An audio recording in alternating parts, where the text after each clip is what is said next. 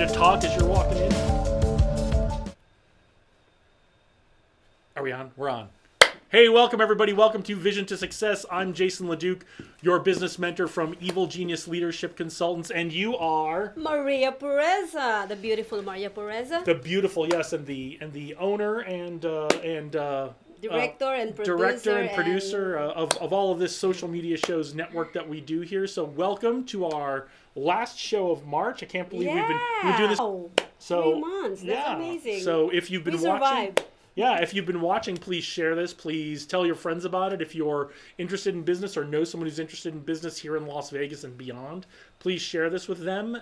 And we have a couple guests. We're waiting for them to get here, so we're just going to kind of talk about some things that are going on. Yes. And we'll see. We got to, we were talking about the future of this show and the future of the network, and I know you have a topic you want to talk about. Yeah. No, but we've got to get to the point where we've got someone sitting at that chair who can look at the live questions coming in. Yes. And we can answer live questions. So it's a little behind the scenes. We don't have anybody sitting in the producer chair. We just kind of do this on our own. How's that? On our own. Well, Maria does it on. I come in here and I sit here and I talk to you and I talk to people here. Well, you are good on that. You are a good mentor. I love this guy. I do not have any insight or ability to do the magic that happens here. So we appreciate. But you have a magic with reading people's mind of how to run the business. That's really pretty good. I love. Yeah. I'm okay.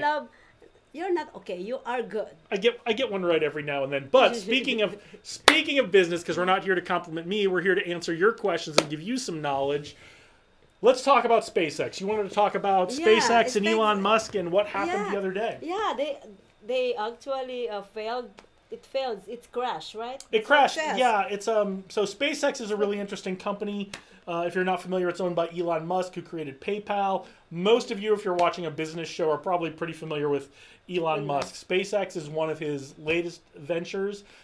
They have some contracts with some of their capsules and their other launch vehicles for bringing stuff to the International Space Station. They're really doing some great things in SpaceX. It's been a long road to get here, but when I was in the Air Force, part of what I did was I worked on space things. Oh, you did. I didn't work on SpaceX or launch and recovery and that kind of stuff. I mainly worked on satellites and communications and that kind of thing. But I'm a little familiar with what's going on here. So yeah, SpaceX, they have a newer launch vehicle that they are working on. They have their old launch vehicle that's worked very well, and they work very much in a startup mentality where they prototype, they build something, they try it, and they see how it goes. Well, this new launch vehicle they're working on, the last, I think they've done, I don't remember how many it is, I don't want to misquote the article.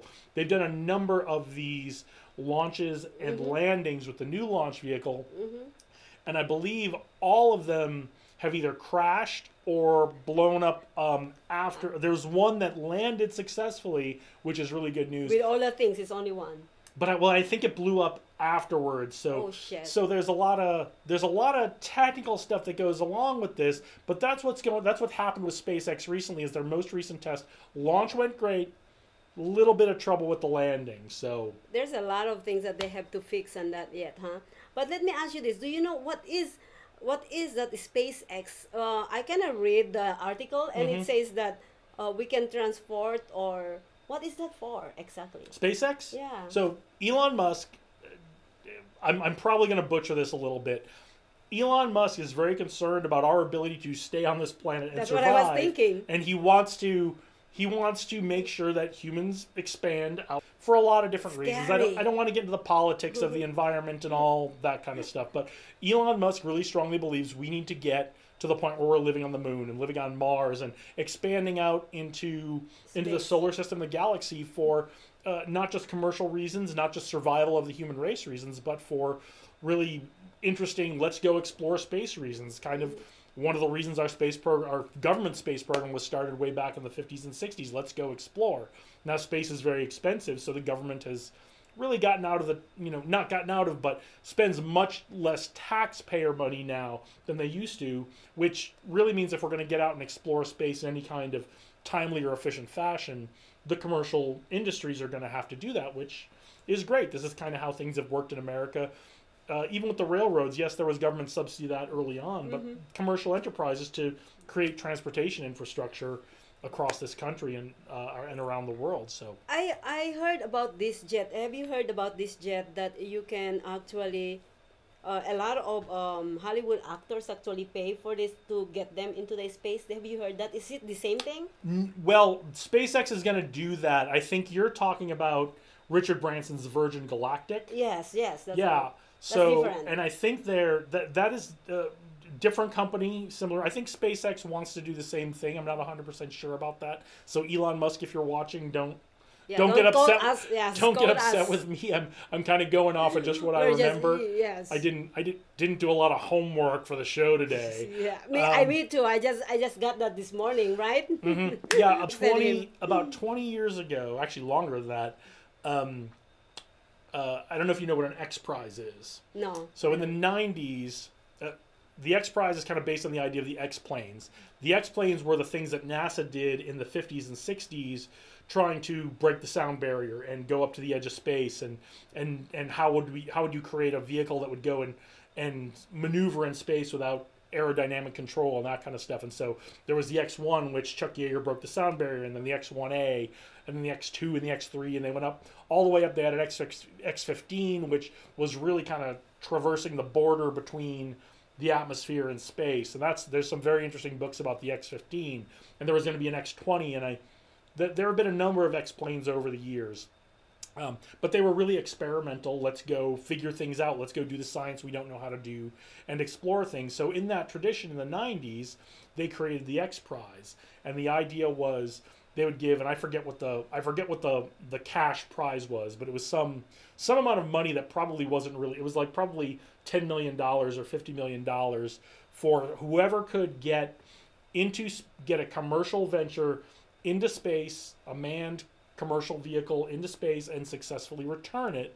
They started that in the mid to late 90s, and so Richard Branson created Virgin Galactic to do that. And about 2003, maybe 2005, I'm trying to remember, but they were the first ones who were successful. So they put in a hell of a lot more money into it than they won from doing the X Prize. It was kind of like breaking a world record. You had to do it, and you had to like repeat it and do it again. Yeah, You had to do it a certain number of times, and you had to meet certain criteria to do it. I'm really going off of long old memories now. But they did that. They did that right out of Mojave, California, just down the road here from us in Las Vegas. Yeah. So they did that for the X Prize, but the idea always was we want to create this commercial service where people can go and fly up into space and experience what it's like to be in orbit, and maybe take them to the International Space Station. Maybe not. I think there's another group that's doing that. I'm not sure if that's Virgin Galactic or another group that is taking passengers to the International Space Station, leaving them there for a while, then bringing them back. So there's a lot of different efforts going on. Jeff Bezos is doing a very similar thing with This Blue Origin doesn't know what to do with their money. Blue Origin. Hey, well, I'd rather see them spend it on this kind of stuff than not do anything with it at all. It's not. Just sitting there, it's not doing anybody any good, right? Yeah, but what actually is this something that would benefit the people? Benefit us. What do you think? Well, I think there are different ways to measure benefits, right? So if you're talking about feeding people who are starving, building homes for people, repairing infrastructure, that's probably not going to do a lot of that. But the space and the aerospace industry employ a lot of people. So these are probably projects that would not get done. Those people wouldn't have jobs anymore. The communities around them in Southern California and Florida and Texas, and the aerospace industry is really all over the country now. Yeah. So those communities might suffer. So indirectly, but this is also a way, when you're a multi-billionaire and you've got all this wealth, and you want to see, these things probably aren't going to happen. Commercial access to space, expanding the human race into space, colonizing the moon, colonizing Mars. Those kinds of really lofty, noble exploratory efforts probably aren't going to happen without these billionaires doing this right now. Yeah, so because I think it's been a lot of people actually been trying to do this for a long, long time. And did anybody actually succeed to get there? Well, first, doing space stuff is hard. The physics of it are hard, simple to understand, hard to do, hard to engineer. It's not like flying a plane. You can't just have an engine and I won't get into the physics of rockets and that kind of stuff, but I mean, this is not easy stuff to do. And even in our own early government space program and missile programs in the 1950s, we blew a lot of stuff up on the launch pad too. So it's not easy to do. The engineering is hard.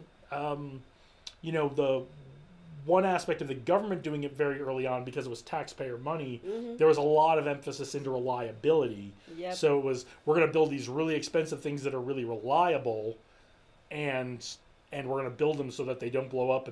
But it made them really, really expensive because they needed to be really, really reliable. SpaceX and some of the others that are operating in a commercial world now, not the government world, not using taxpayer dollars, they're operating much more of a startup model where we're going to build the prototype. Let's give it a try. Let's see how it goes.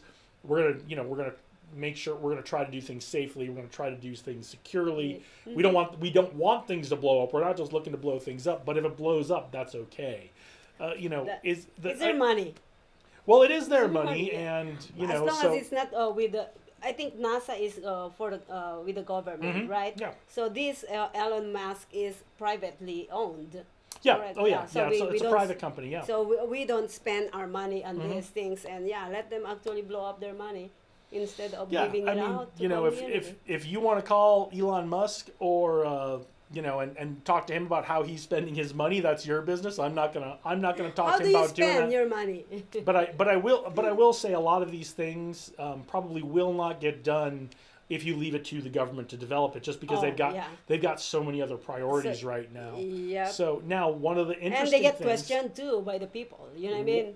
One of the really interesting things that came out of the last presidential administration was that administration said, well, look, if Elon Musk and SpaceX and Richard Branson and these guys can do all this, if they can talk about going to the moon and going to Mars, why isn't the government talking about this stuff again? And that really shifted NASA's policy from really focused more on Earth orbit kind of stuff, geosciences kinds of things, space sciences kind of things, and now NASA is working on getting back to the moon and getting to Mars, or getting people to Mars, because we haven't had people there yet. So I mean, these commercial entities really did start shifting government policy as well.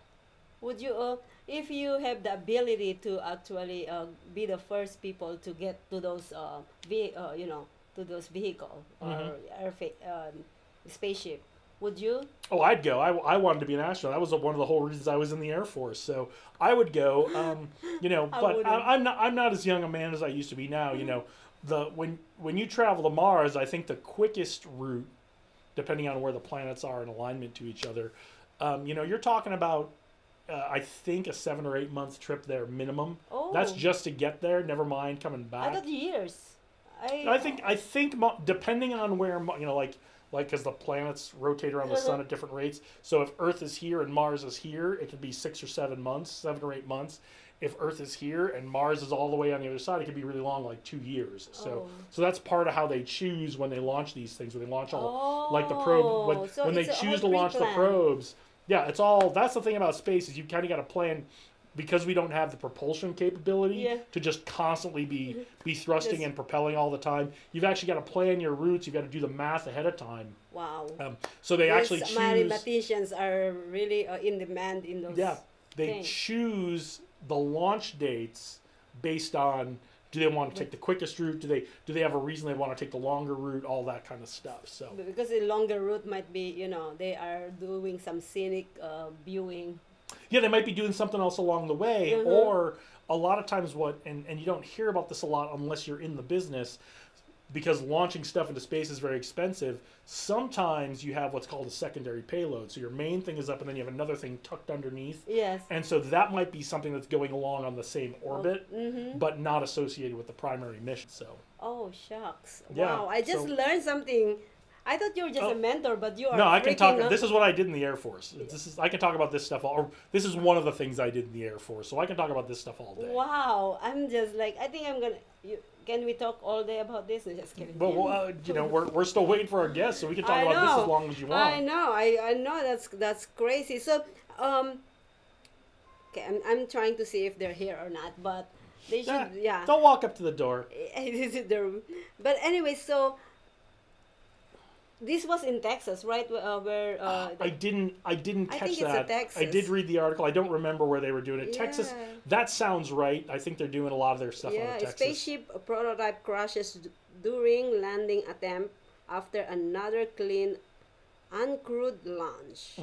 Yeah, that's the SpaceX. Go ahead and Google it because you will see what happened in there. It's Tuesday last week, right? On the 20th, I think, yeah. Yeah, and yeah, it says Texas. It says over here, Starship prototype serial number 11 or SN11 reached its target altitude of about how far is that? Altitude of about 10 kilometers. 10 kilometers, so that's suborbital. So 10 kilometers is about, I'm trying to do the math in my head.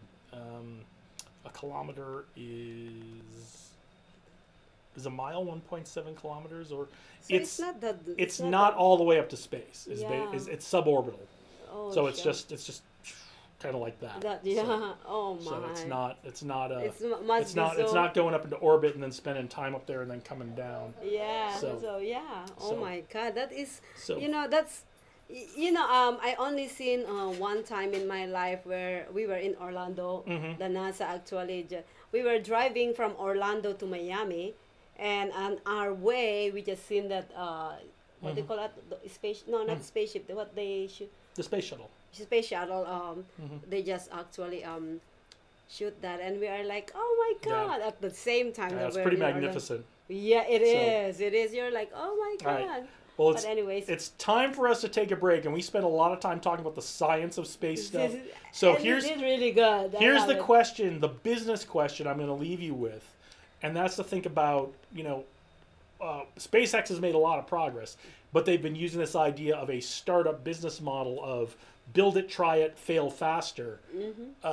What do you think about that business model for trying to put things and people into space? And is that a good business model for what you're doing, or is it not a good business model for your business? So we will be right back in just a minute with our first guest, and stick around. Stick around. All right, I'm going to run.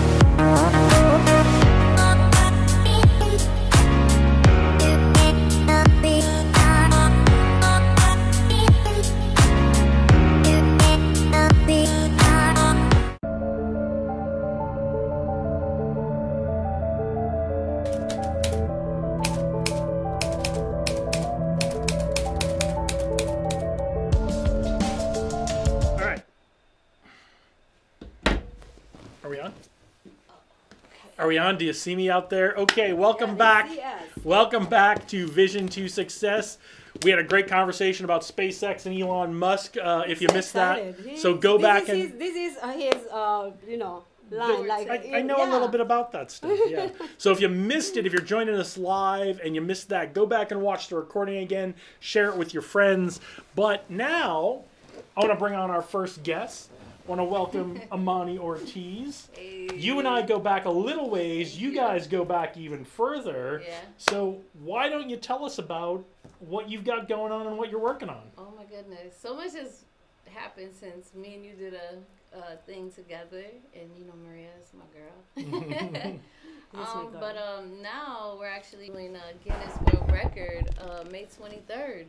Oh, okay. Let's get into that. Let's get into what you're doing with that, and then I want to go back and hear a little bit more about where everything started. So let's hear about May 23rd. Okay, May 23rd is we will be on the air for 24 hours straight. We produced over 90 plus commercials for Power X. Shout out to Power X. And we'll be the first. Is this a Power X? Yes, there you go, right there you go. We got some right here. So, now, as far as I know, they're not sponsoring this show, but I'm happy to help you out with that. But So. they sponsor social right media there. shows. They do sponsor the network. Yes. All right. Oh, there we Power go. X is All right there. Right there. There you go. Yeah. Yeah, so you know, we have a big thing to set this record. It hasn't. It was set, then they took their record away from them because of some disqualification, and so we have a lot of sponsors on board, and it's going to be fun, and I'm excited. Yeah. Okay, great. So tell us what we're going to hear. Well, first, tell everyone where they can find this happening on. Oh, you can go to May 23rd. 223takeoverradio.com. Yeah, we're going to get into what all that means in a second, but Yeah. what are we going to hear? Because you've been involved in some of these 24-hour things before, but this is the first time you're running the show, right? That's right. I produced the whole event. So tell us about what we're going to hear on May 23rd. So now we're doing all talk. So we have a list from 12 a.m. I kick it off. And then we have Commander. I think he's 1 to 3 a.m. And then everyone takes their time slot until we hit 12 a.m. again. Mm-hmm. And it's no music, though. Because no it's music? a licensing thing. It's okay. I can listen to Commander talk all day long. So Commander, 3 hours. Commander was one of my very first radio interviews that I ever did after I started my business. Right. And, that's how I know about. We had a shout out to Commander Bruce. Yeah, Commander Bruce is the best, and they brought me on to talk for, I don't know, 3 or 4 minutes, and Commander said, "Don't go anywhere. We're going to talk some more." And I think we spent like an hour and a half. It was so much fun. It was fun. Amani was there. Amani, tell the audience what you go by. DJBadgyrl. DJBadgyrl. So I didn't know. I'm a good girl, but she's a good girl, but that's just the name. Okay, you know? so you've got this business, 223 Takeover Radio. That's right. Tell us a little bit about that. Man, you know, I've done this since 2016, August 2016, actually. And then we kicked it off January 2017. It started with 5 listeners. 5. It's okay. We're working our way up to 5 on this show. So it was literally 5. It was probably like my mom, my brother, and someone else, you know. And then we had 3 shows, and then we just were heard all over the world. The more apps we became approved to be on, it got bigger, and now we're almost in our 4th year at 250,000 listeners. That's great. In Vegas, and 500,000 around the world. So. That's great. 166 countries. Yeah, it's all over. So look it up. 223 Takeover Radio. Takeover Vegas Radio. Okay, so let's get into the story, because one of the things we like to hear from entrepreneurs on this show is how you got started, where you struggled, where you faced challenges, how you overcame them, what you learned along the way. So I know you were doing interesting stuff before 2016. That's right. So what were you doing before? I was actually owned a franchise, a wireless company, and I sold it. I was making $100,000 a year, and I was selling phones and whatnot. And I just gave it up and sold it, and and took a chance on radio. But you were DJing before the radio too. That's I mean I know all the folks who are here to watch business stuff probably want to hear about the phone franchise stuff, but I want to hear about DJBadgyrl. Tell me DJBadgyrl's story pre 2016. So in 2013. I don't know if everybody's tired of hearing the story, but it's real. Well, I haven't heard it, so he never heard it. No, I've never heard the story. It's very inspirational. I'm like, yeah. So basically, in 2013, my dad had passed away. December 3rd, 2013. I had went to a radio station. It was KLAV, I think, at the time. Mm-hmm. That's what Commander was on. Yep. And he was the main guy I saw. He waited like 2 hours for me to get there because I was lost because I was new to Vegas.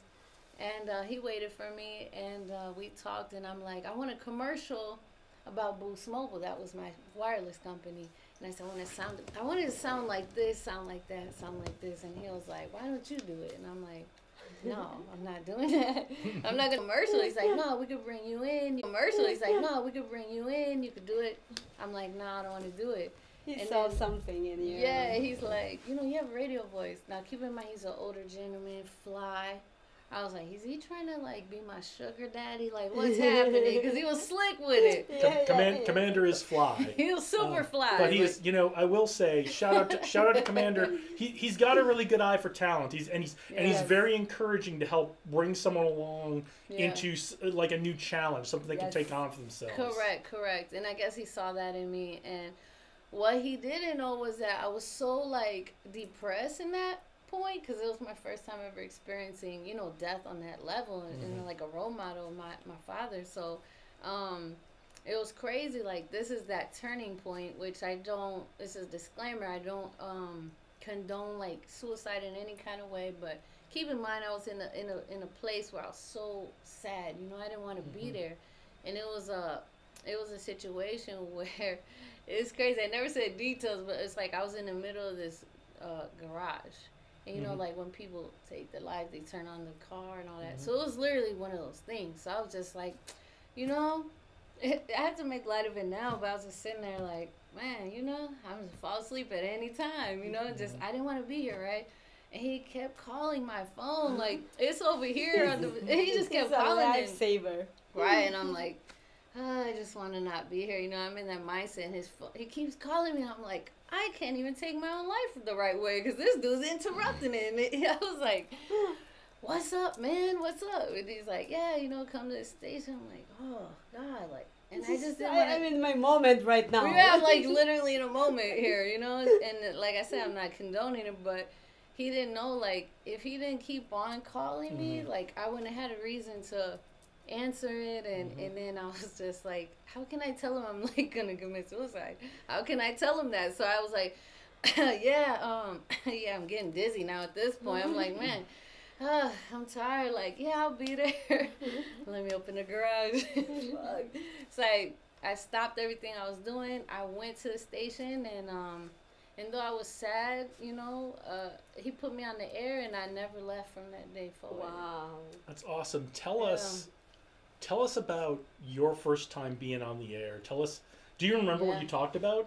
It was that day, actually. Did you tell this story? Friday. No, I didn't even say it because I was still, like, kind of, like, a little woozy. Honestly. Do you remember what, how did it feel that first time I felt like I was going to throw up, for sure. I think that's how I felt the first time I hosted a show, too. I mean, because I'm like... I think we all do feel the same. Because what people don't understand is when you're sitting in a garage full of, like, gas, you feel, like, a little woozy. I'm not trying to be funny, but it's true. So I was, like, discombobulated. I'm like, oh, my God, I'm going on the air now? Okay, hold on. I got it. And then when I got on, I felt like that was a moment that I saw, like, I can empower my dad and like honor him versus taking my life. Like, it was another true meaning of, like, he saved me, but I didn't even want to tell him he saved me. I didn't tell him that until the day of the Grammys. Wow. So he never knew that because I didn't want him to think I was, like, weak-minded. I didn't want him to think, I didn't want him to look down on me, and I ruined my whole opportunity.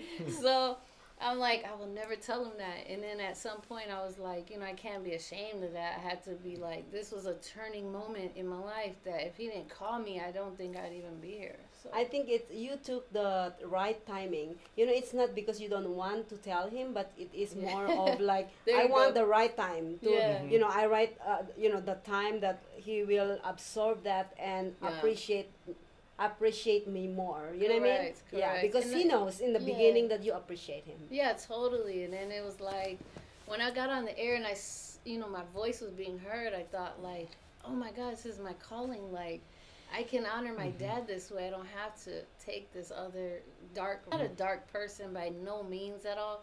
I don't condone that again, but I was just so like, I didn't know what to do. Like, what am I going to do without a role model like that in my life? He was just gone. So I was just like, man, but when he saved my life, I felt like it was like my dad's death wasn't in vain, so I had to be the best. And from that day forward, it pushed me to be the best. And then I thought, he gave me a chance. Let me be the best for him. You know what I mean? Let me be the best protege. And I remember, like, what's the top thing I could do? I was about to cuss and say shit, but I was like, what's the best? It's the internet. You can say whatever you want. What's the best? What's the highest shit I could do? The best. And I remember we had a conversation about owning a station, and I thought, I want to be the best, so I got to do that. And I studied that, and I opened a station. Because I wanted to make him proud of me. I really wanted him to feel like the opportunity he gave me, I exhausted it to the point I could and do my best, Oh, that's great. I mean, we're such believers in mentors and proteges, and we haven't really talked much on this show about it since we've started. Yeah. I'm sure we'll get to that, but mentoring is so important, it's vital. Commander Bruce is such a great mentor, and while we get a lot of people, I get a lot of people who ask, how do I find a mentor? How do I find the right mentor? And that's important. You want to choose. A lot of times you find the right mentor through a story like that. It's just the by right accident. It's the right fit, but you have to meet a lot of people and you have to go through a lot of experienthis to do that. The question, find the right one, I always ask back to people if they ask, how do I find a mentor? I say, well, you've got to do this. But the more important question is, who are you looking to mentor? What are you doing to get out and mentor people? Thank you. So who are you mentoring right now? Funny, I used to have a protege. I don't think anymore, but it's okay. With differences in personality, I would like to think I mentor everyone individually in their own way. Because you've got a lot of talent on your station too. Yeah. Thank you. You've got a lot of talent on the station that you need to mentor as well. Thank you. So I take little pieces of me and I give it to them. So that's why when things don't work out in a business sense, I take it a little personal because I put so much energy and love into the people. And so when it's so silly over numbers or something that could be fixed, I take it harder because, it means a lot to me to put my time into someone, when they just take it like, I don't really want to do radio. I'm like, what? What do you mean? Because I want to, you're only as good as the leader you make and you create. And I want to create the way Commander created me. It's because of him I'm here. So that's great. And you get a really good mentor. That's great. Yeah. So when you started how many people actually you are mentoring at that time when you started it? When I started, and how many is now? How many are they now? Two. That's a 5 good start. listeners. That's a good start. Yeah, 2, and now almost 4 years later, we have 26 plus people. Nice. And you take it really seriously because I got to be part of this a couple of years ago. And he's like, "Wow, what's happening?" Where you don't just sell blocks of time in your station and go good luck, right? You did a whole day one-on-one. How do you create a show? How do you do this the right way? How do you market your show? How do you treat your show like a business? All that kind of stuff. He remembers. We did that 2 or 3 years ago now. I think we did that. Yeah, you were a great asset so much for that. Fun. Oh yeah, it was fun, and it was so enlightening. It was just he was giving so many gems to our people, and I appreciate that. Yeah, you really, and not just me, but your whole lineup, you pulled that together because you're invested, not just financially, but you were invested in the success of your talent on the station, the people who make your station go. And absolutely, I think that's one of your keys. That's why you're still here Thank you. 4 years later. So Thank you. I appreciate that. Let's shift gears back a little bit. You had this purpose. Yeah. You had this ambition to create a station, to create something beautiful. Yeah. To honor your father, to honor Commander Bruce. Absolutely. To push yourself, to drive yourself. Yeah. So what did you think it was going to be like before you started, and how was it different after you started the station and got into it for a few months? Oh, wow. I love that question. That's a great question. This is what he got all the great perks. interview. Yeah, for sure. Smart guy. When I first started it, I thought from a fun aspect, honestly, I'm like, let me do a platform that's positive and we have fun with it. When I got super on the business side of things, I realized how difficult people could be, as we know.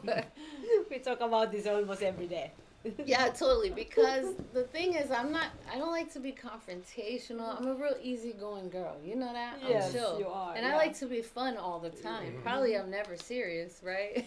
So, when people get so serious on the business side of things, it's so like disheartening because like I don't like that part of the business. Like that's why I have an operations manager now and stuff. Because I don't like to fire anyone. I'm not that person. I will give you so many chances just stepping all over me, you know what I mean?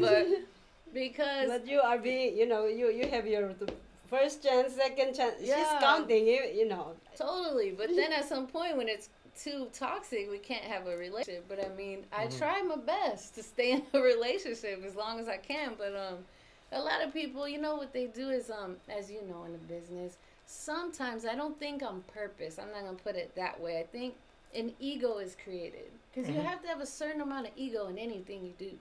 But I feel like it gets so big that they're trying to outshine the leader to some level. And they're like, I know what I'm doing. You can't tell me what to do. And it's like, I'm just moving you along. I'm not trying to stop you from anything, It gets like that. And then when they feel you're stopping them, because you're trying to like mold them a certain way, then it's like I'm an egotistical person. I'm stuck up. I'm like, are you kidding me? Come on now. Can't be stuck up with something you work for. You know what I mean? So I get that. I've been told that. with all this personality that you are molding to to be as good as they could be. Totally. Yeah. So what are your biggest challenges? Building a team itself. It seems like it's really easy. Yeah, but it's tough. It's tough.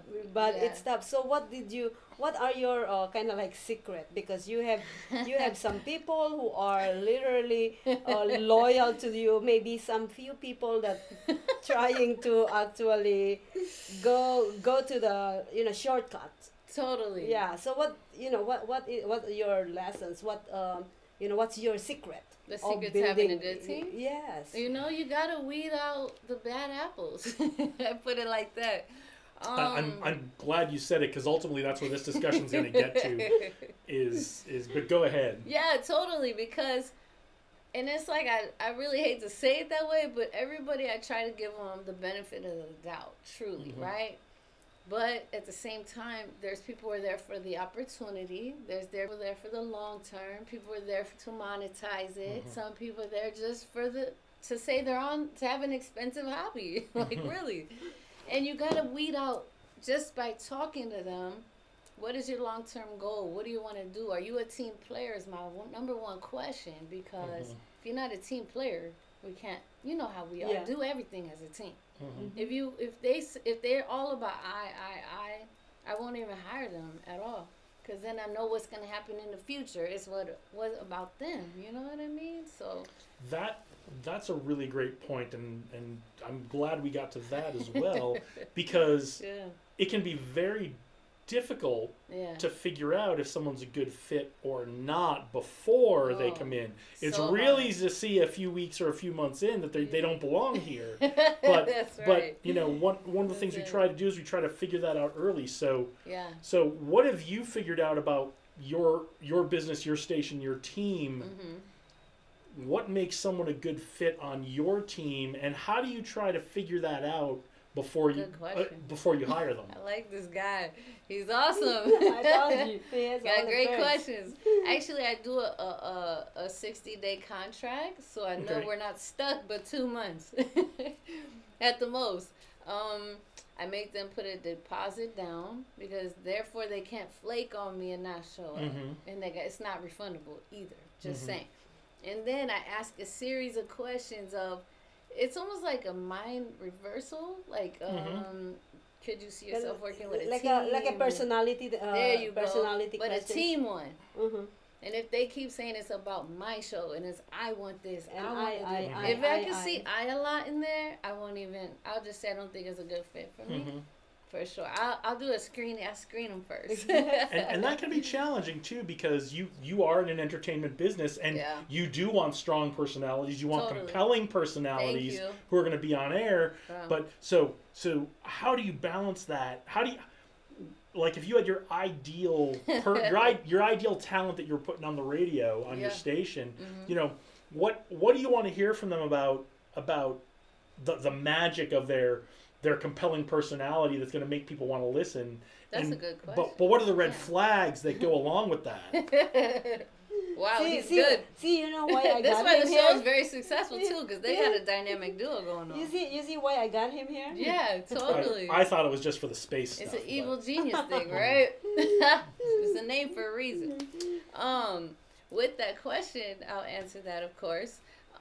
You know, you do want people to have a strong personality and to be executing their show in a certain way. You know, you don't want them to be doormats. Come in where you gotta hold a hand like a baby. You know, babysitting. Thank you. You said babysitting. I'm dead. I'm sorry. I go through this too, so I understand. I feel you, girl. We talk about that. I feel your pain. So babysitting. Oh gosh. Yeah, I feel like I'll give them scenarios. Like, hey, what if I was to get you in a press magazine, which I could do that, to give them that. Come off, give them a little something, and they say, well, yeah, I would want to do this. And if they answer it like that, I already know. But also, I make them break down their show to me. What do you want to do? What's the format like? Are you willing to learn from me? Are you willing to take my teaching? Because if they're like, oh, no, I got it. So what I do is I make them learn on the board. Because, you know, they're their own engineer. And if they start doing the board, because I had a few people, egotistical, they're not with me. I put them on the board and they're like, they looked at it and they're like, oh, that's easy. I don't even need to be here right now. I don't need to learn that. And I'm like, really? I mean, but it's a whole board. It's treble, it's bass. Yeah, no, I've seen this before. I don't need to do that. I saw this on TV. I can do it. Right. Yeah, I seen that in a Guitar Center magazine. I'm good. And then they come in and they mess up big time. Right. And it's your fault. Then they have the show and then they're like, how do I not? I said, no, but you got it. What happened? They're like, oh, no, but where's the headphone thing at? I said, it's right there. You need some help? Nah, I got it. Nah, I'm cool. So that's a big part of it too, is if you give them something to do and task oriented, yeah. And they recognize they don't know how to do it, but they don't ask for help. That's a red flag, right? Yes. Because I want them to ask me so I can help them, you know what I mean? But they're usually like, no. Like 2 personalities that did that. They're not with me, and then we're there 10 minutes. He was like, oh, yeah, for sure. Oh, this is easy. I don't even know why I came to do this. I was like, really? Okay. Well, knock yourself out. Yeah, your show starts. Good luck, right? Right. That's why Maria does all that. Right. And I just sit here.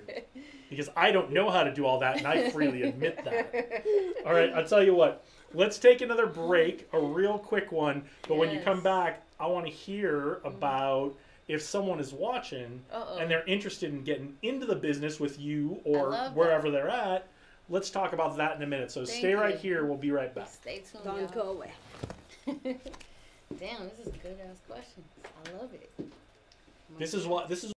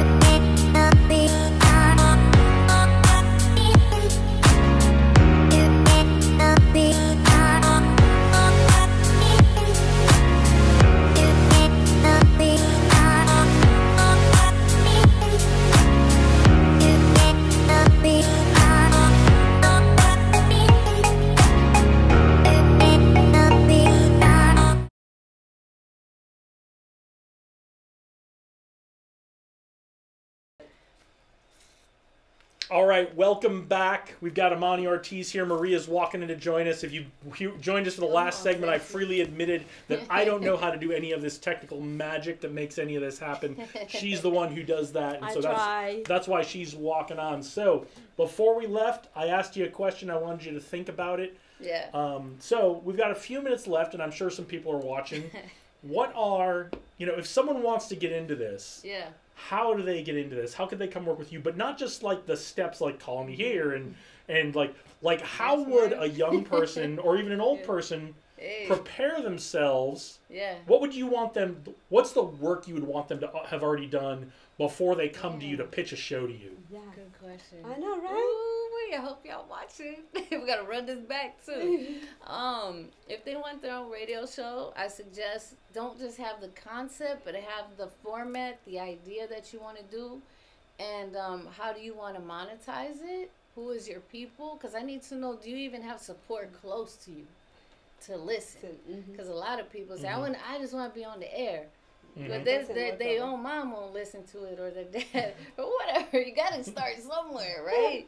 Does your boyfriend want to listen? We start somewhere, so you gotta have to start somewhere too. At least my mom listens. So let's break it down a little bit. When you talk about a show concept, what do you mean by a show concept? Like if you had to break down if you had to pitch a show concept, what would the concept be? Okay, like for example, when I had someone come to me, that's a good question, so I'm gonna let y'all know. I had a girl who said, I just want to be on the air and do a adult X-rated show. And I'm like, whoa. So to me, that's very vague. Okay. So I was like, X-rated as in what? Like, because you're not being seen, you're being heard, right? So I needed her to tell me, is it sex? And what are you talking about? Are you going to talk like 15 or 30 minutes? Is it music, half talk? So I need to know. Is this You're gonna go, yes. Is it music? Yeah. Is it music based? Is it 80s and 90s? So what she said was, y'all know who I'm talking about? So this I know woman, a lot. yeah, this woman. I'm a part of the team, actually. So, okay. Yeah. It's like I gotta say this in a vague way so she don't know it's her. But she came to me and she's like, I'll pay you $1,000 a month if you let me have my show on your station. And keep in mind, teenagers were on at the time before her, right? Buzzworthy. And she wanted to come on right behind. And she's like, all I want to do is perform sex on the dolls inside the station. I'm like, I'm sorry, what? And then she put the money on the table. Boom. All right. $1,000 cash. And then she's like, I want to have a show. And I said, absolutely not. And she's like, why not? And she I said, want to perform. So let's take that example. Let's walk through it a little bit live here because the concept was broad. But it doesn't mean it was necessarily a bad show, right?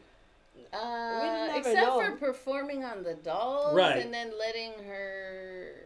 So how could we refine this concept? How could we have made this concept work? And then I want to get into some of the other details about the audience and that kind of stuff. Yeah, it would have worked if it would have been more informative. But this was more like... And inspirational. Yeah. This sounds like it was shocking for the sake of being shocking. Yeah, it was totally vulgar and out of line. Like, it was just like, I want to perform, I want people to watch and hear me. And it was just like, it would have... I wouldn't have had integrity for my business. It sounded exhibitionist in a way. Thank you. And I'm not like against none of that on a personal, do what you do. But it was just, I was like, first of all, we have teenagers before you. Imagine what the parents are going to think following the X-rated show. So there wasn't no information going to be given. Nothing that you can learn from. It was just seemed like she wanted a place to hang out and just perform on dolls. And so if you're she could do that at home. Would you watch that kind of show? I wouldn't. I wouldn't watch it. I'm not interested in that. So what I was getting at, now I'm all thrown off. I know. Right? What I was getting at is is there are very few really bad ideas out there. Even this idea could have been a good idea. And part of what it is, if you want to have a show, whether it's with Imani on 223 Takeover Radio, here at social media shows, you want to do it on your own, you want to figure out all the tech pieces and do that on your own, even if you're just doing Facebook Live. Correct. The number one thing is you want to have something to offer to the audience and the community, right? Yes. Something where we talk about it, we've talked about it here, about business, we've talked in entertainment. It can't be about you. It's got to be about someone you're trying to serve. Correct. And if it was informative, sex education is great. I would have loved to learn from her, of course. You know what I mean? But in my mind, this wasn't going to serve a purpose because, first of all, she was throwing money at me. That was her objective right there. And I don't do it for money. I do it for passion and for the integrity of my business. Oh, and it serves the community, too. You know what I mean? Can't buy me. Money is not all good money. So that's right. It has to be, like you said, serve a purpose to my people. So I'm not going to do nothing for money. So when she arrogantly did that, I felt like that's not what I'm about. That's a flag right there. You know, it's a red flag because then what is she going to demand me to do? That told me that too. That's a good point. She's going to be like, that's a good I want to do this. And I'll be like, no. But if I already took her money, what am I telling her? I'm giving her the wrong impression. So I told her no, and she followed with, so you can afford to throw away $1,000? And I said, absolutely, for the integrity. So let's. I do have some more questions about that, but I do want to get into that. Sure. Because what were you thinking about long term? Because in the short term, and we've all been there in business, it's really say, yeah, I'll take your money and do this, and then in 2 weeks this will be over, and I won't have to worry about it anymore, right? But what were you thinking about short term versus long term? When she actually offered me that, I had just opened 2 months, so I could have used it, of course. But I felt like, number one, I want to make my parents proud because I think I care about what they think about me, of course, as their daughter. And my name, you know, I have to honor their name, you know. That's a big part of who I am. So if my own mom wouldn't listen to that, I can't have that. You know what I mean? That's just how I feel, respectfully. So, and even though we're entertainment, there's boundaries you have, you know. And then in the long spectrum, I thought, well, MGM is not going to want to do business, maybe, if we have shows of that. Like, that's a little too much, too Vegas. You know, I wanted... Well, and you also got very tied into traditional radio as partners as well in that first couple of years. Correct. So, like, in my mind, I thought, if you're thinking on a big corporate level, they're not going to want to do business in radio like that, with things that are a little too risky for their brand. So I thought, you got to play it kind of safe in a way if you want to have that long-term money. So you were thinking about your own brand as well. Correct. Which is important, right? I want to associate with brands that inspire, that help, that empower, and nothing against her at all. As an individual, it just wouldn't have tied together with us that way. It was just a little bit too shocking for me. And I like shock, but it was off the table. But you know what? And to put this into business terms, wasn't serving the audience or the community of the network. Wasn't consistent with the brand, and there were things that could have been done to work with that to try to make that happen. And the third thing, and I really want people who are thinking about doing a show to think about this is what's the audience you already bring, right? Thank you. Yes. Right, that's what you mentioned is what's the audience you already bring. If you're going to do something on internet radio or video like we do here. What's the social media audience you already bring? Do you have people who want to already hear your show, right? Correct. And the thing is, where I truly felt like, just so everybody, you know, thinks like, wow, you didn't give her a chance, but the shock value behind it was, she was like, I want my, like, her family, like, to watch that. And I thought that was, like, so left that I was confused. Like, what do you mean your family? She's like, oh, yeah, you know, my friends. And I'm like, first of all, we're not having people in the station watch anything. Can you imagine? She's like butt naked in there. I walk in. Whoa, what's going on? What is this? There wasn't a lot of room in there for. I don't know what it's like now, but back then there wasn't a lot of room in that for that kind of thing anyway. So I couldn't even imagine walking or Commander walking to something like that. Can you imagine Commander walking in on that? Or the other guys who's in the station. Right, fake like butts everywhere. Like, what's happening here? You know, how can I justify that? And we should talk about this in the morning show. Yeah, I had no idea when I came down here today we'd be talking about fake butts in a radio station. So you know that's how entertainment is crazy. But we got everybody on board. They're good people, so I'm very happy. Go ahead. As I'm listening to you to build a team, before you actually enter into a team, make sure you have a purpose. You bringing in value and bringing in your own target market. Thank you. Something and your money. Yeah. But not not like buying the station. That's not a good idea. Well, and if you and we talked about bringing the audience you already have. If you don't already have an audience, bring Imani a plan of how this show is going to grow an audience for you and for her. So it doesn't and then you want to think about, so this is how we're going to grow our audience organically, and this is some of the marketing stuff we might do. This is how I'm going to promote it to try to grow that audience. Yeah. Bring in something that's that will get you there. As Amani said, be a team player. Come in. You're not just buying for Imani, and I know for here, you're not just buying time on the station.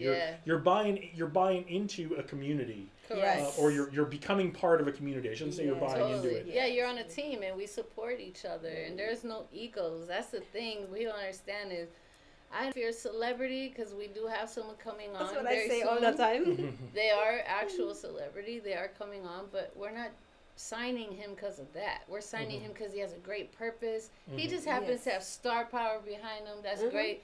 But we don't go off like, are you a celebrity? Do you have a lot of money? None of that matters. Do you have a purpose to drive us forward as a team, though? You know what I mean? And that's what creates a star. That's what star power is, right? Having a purpose, being willing to do the hard work to build that audience up.